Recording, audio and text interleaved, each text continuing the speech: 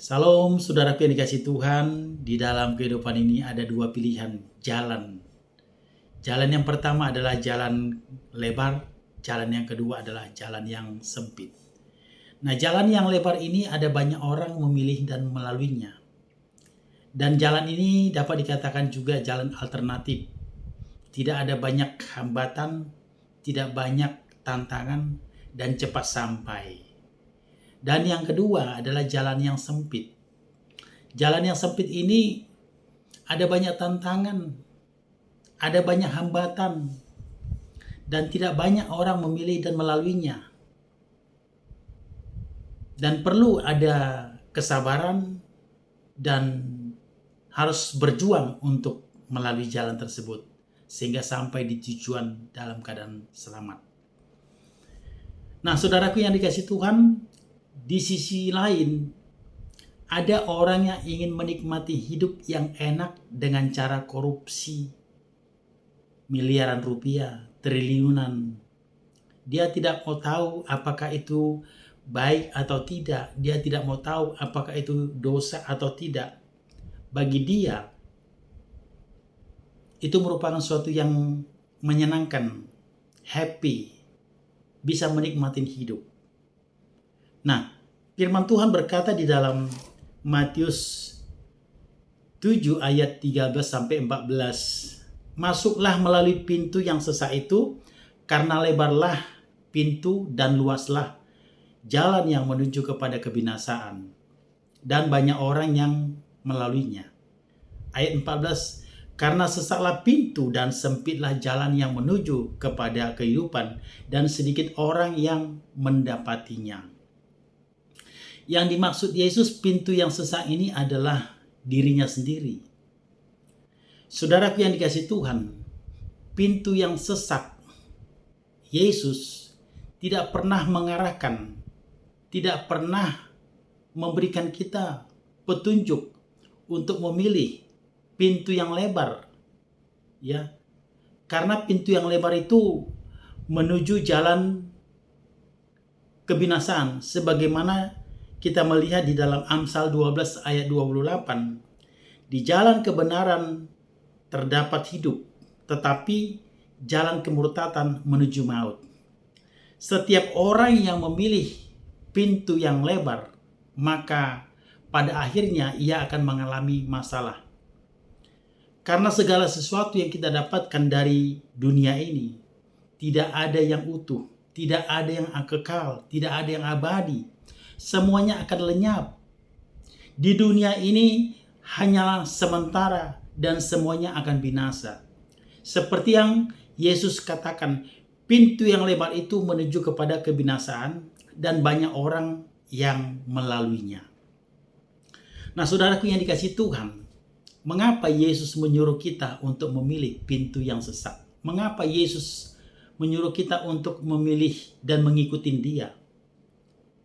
Yang pertama saya mencatat di sini karena Dia mau agar setiap orang yang ingin diselamatkan dan yang menuju hidup kekal itu harus melalui dirinya sendiri. Firman-Nya berkata di dalam Yohanes 14 ayat 6, kata Yesus kepadanya, "Akulah jalan dan kebenaran dan hidup. Tidak ada seorang pun yang datang kepada Bapa kalau tidak melalui Aku." Demikian juga dikatakan di dalam Kisah 4 ayat 12. Dan keselamatan tidak ada di dalam siapapun juga selain di dalam Dia. Sebab di bawah kolong langit ini tidak ada nama lain yang diberikan kepada manusia yang olehnya kita dapat diselamatkan.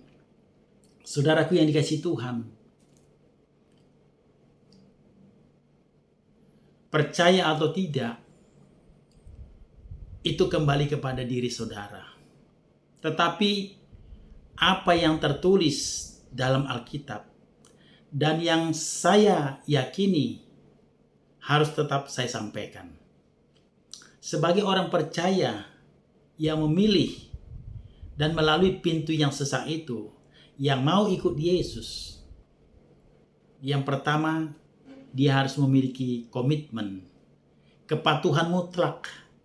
Artinya sikap dan tindakan dari diri seseorang itu harus terbukti dari keseriusannya, dari kesungguhan hatinya terhadap firman Tuhan. Di dalam 2 Timotius 1 ayat 12 berkata, "Itulah sebabnya aku menderita semuanya ini. Tetapi aku tidak malu, karena aku tahu kepada siapa aku percaya dan aku yakin bahwa Dia berkuasa memeliharakan apa yang telah dipercayakannya kepadaku hingga pada hari Tuhan." Sekalipun kita banyak mengalami masalah, sekalipun kita banyak mengalami penderitaan dalam hidup, dan orang lain menganggap kita bodoh karena kita tidak mengikuti cara-cara dunia, kita tidak perlu malu, kita tidak perlu khawatir, tidak perlu kecewa, tidak perlu kecil hati. Tetapi kita percaya, saudara yang dikasihi Tuhan, akan kuasa Tuhan terhadap pemeliharannya bagi setiap orang yang percaya dan mengikuti jejaknya.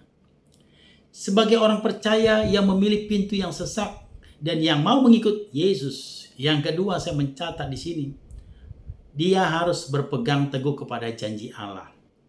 Yesaya 12 ayat 2 berkata, "Sungguh Allah itu keselamatanku. Aku percaya dengan tidak gemetar. Sebab Tuhan Allah itu kekuatanku dan mazmurku. Ia telah menjadi keselamatanku." Firman ini menguatkan kita untuk tetap berpegang teguh kepada janji Allah bahwa keselamatan yang telah Dia berikan melalui salib dan kebangkitannya membuktikan bahwa Dia hidup. Dia juru selamat dan Dia yang akan datang menjemput saleh-salehnya setiap orang yang percaya, yang berpegang teguh atas janjinya, yaitu sebuah tempat di surga untuk hidup kekal sampai selama-lamanya. Jadi mari saudara yang dikasihi Tuhan, kita harus tetap berpegang teguh kepada janji firman Tuhan. Kita tetap setia, tetap sungguh-sungguh di dalam melakukan kebenaran firman-Nya. Jangan pernah khawatir, jangan pernah goyah, jangan pernah kecewa. Dan yang berikutnya, yang ketiga, sebagai orang yang percaya, yang mau memilih pintu yang sesak dan yang mau mengikut Kristus, ia harus tetap kuat dalam Tuhan. Firman Tuhan berkata di dalam Matius 26 ayat 21-41, "Berjaga-jagalah dan berdoalah supaya kamu jangan jatuh ke dalam pencobaan. Roh memang penurut tetapi daging lemah." Melalui kehidupan doa, kita akan dimampukan untuk menghadapi persoalan dan tantangan hidup. Oleh sebab itu, saudara yang dikasihi Tuhan, jangan pernah mengabaikan doa kepada Tuhan. Doa itu adalah napas hidup bagi orang yang percaya. Jangan saudara pikir kalau sudah hidup dalam Tuhan tidak ada masalah. Tetapi kita percaya ketika kita berdoa, maka setiap masalah yang kita hadapi, maka Tuhan pasti buka jalan. Tuhan akan terangi pikiran kita sehingga kita tahu apa yang harus kita kerjakan, apa yang harus kita lakukan. Oleh sebab itu, saudara yang dikasihi Tuhan, mari kita tetap berdoa, tetap andalkan Tuhan, tetap memiliki keteguhan hati untuk mengikut Tuhan. Tuhan Yesus memberkati. Salam.